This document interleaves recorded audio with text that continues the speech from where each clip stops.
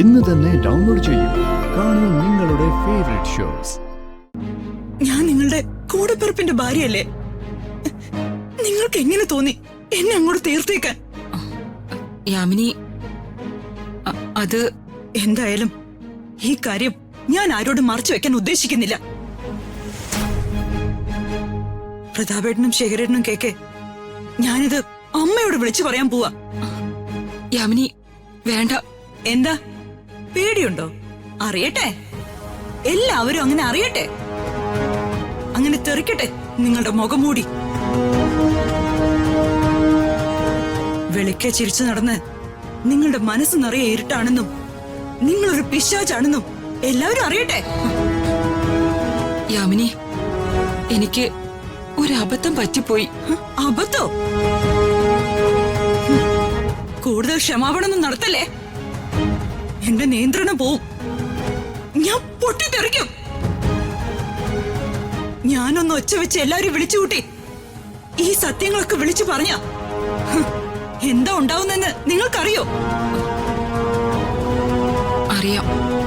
അമ്മ ആ നിമിഷം തോക്കെടുക്കും. നിങ്ങളെയും നിങ്ങളുടെ ആ നശിച്ച സന്തതിയും ഇല്ലാതാക്കും. കൊല്ലാതെ വിട്ട അമ്മ നിങ്ങളെ എന്നേക്കുമായി ഈ വീട്ടിൽ നിന്ന് പുറത്താക്കും. ഈ വീട് ഋതുമോളുടെ പേരിലുള്ളതാന്ന് നിങ്ങൾക്ക് നന്നായിട്ട് അറിയാലോ.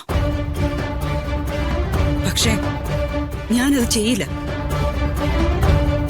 എന്റെ ശീലം സംസ്കാരവും അതല്ല.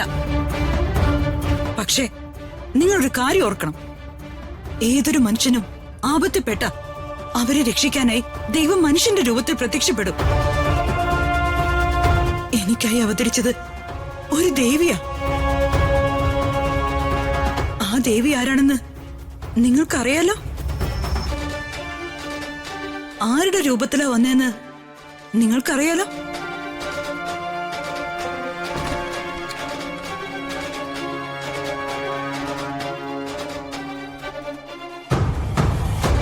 മോളുവാ.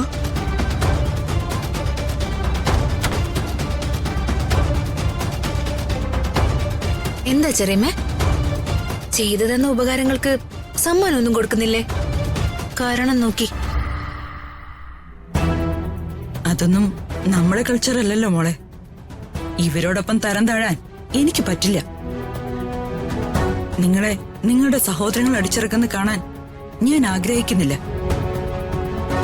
പക്ഷേ അമ്മാവനും അസുരനുമായ കംസന്റെ ജീവൻ എടുക്കാൻ അങ്ങ് അമ്പാടിയിൽ ഭഗവാൻ കൃഷ്ണൻ അവതരിച്ചതുപോലെ ഇവിടെ ഒരാൾ അവതരിച്ചിട്ടുണ്ട്.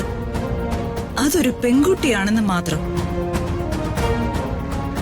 സാക്ഷാൽ ദുർഗാദേവിയുടെ വരദാനം കിട്ടിയ ആ കുട്ടി ആരാണെന്ന് ഞാൻ പ്രത്യേകം പറയണ്ടല്ലോ.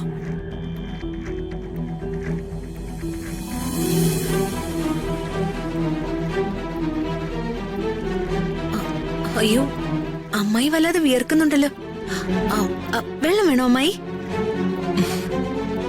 എന്നാ പൊയ്ക്കോ. അതെ, നിങ്ങൾ ചെന്ന് നിങ്ങളുടെ വൃത്തികെട്ട മകനെയും കൂട്ടി ഫ്രസ്ട്രേഷൻ തീർക്കാനായിട്ടെ ഭിത്തിയിലിട്ടിടിക്ക്. ദേഷ്യം തൽക്കാലം അടങ്ങും.